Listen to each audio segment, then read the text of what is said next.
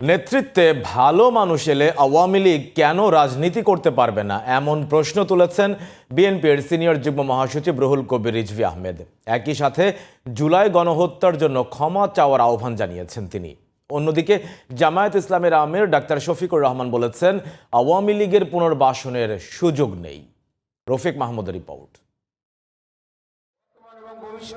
শুক্রবার সকালে রাজধানীর দক্ষিণখানে দুস্থদের মাঝে ঈদ সামগ্রী বিতরণ করে রশিদ গ্রুপ। অনুষ্ঠানে বিএনপির সিনিয়র যুগ্ম মহাসচিব রুহুল কবির রিজভী সহ দলটির মহানগর উত্তরের বিভিন্ন স্তরের নেতাকর্মীরা উপস্থিত ছিলেন। এ সময় গত 17 বছর আওয়ামী লীগের ফ্যাসিবাদী শাসনের সমালোচনা করেন বক্তারা। আমার মনে পড়ে না যে এমনিভাবে কোনোদিন এই ঈদ উপহার সামগ্রী নিয়ে এই আমার এলাকাবাসীর সামনে কোনোদিন এসেছিল। গত 17 বছর ছোট আকারে ঘরেও 10-15 জন নিয়ে যদি আমরা মিটিং করতাম, তাহলে স্বৈরাচারের সেই আজ্ঞাবহ যে পুলিশ বাহিনী ছিল তারা এসে সেই ঘরের ভিতরে হামলা চালিয়ে আমাদের ভাইদেরকে, নেতা কর্মীদেরকে অ্যারেস্ট করে ফেলত।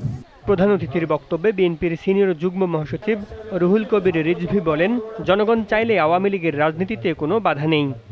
আওয়ামী লীগ রাজনীতি করতে পারবে কি পারবে না, কিন্তু এই কথা উঠছে না যে এই যে যারা গণহত্যা চালালো তাদের বিচার হবে কিনা।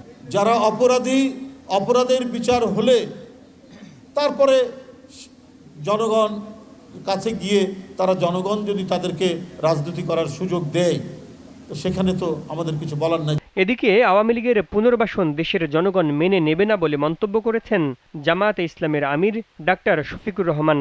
শুক্রবার ভেরিফাইড ফেসবুক পেজে তিনি লিখেছেন, দেশকে অস্থিতিশীল করার জন্য কথিত ফ্যাসিস্টরা দেশের ভেতরে এবং বাইরে ষড়যন্ত্রে লিপ্ত।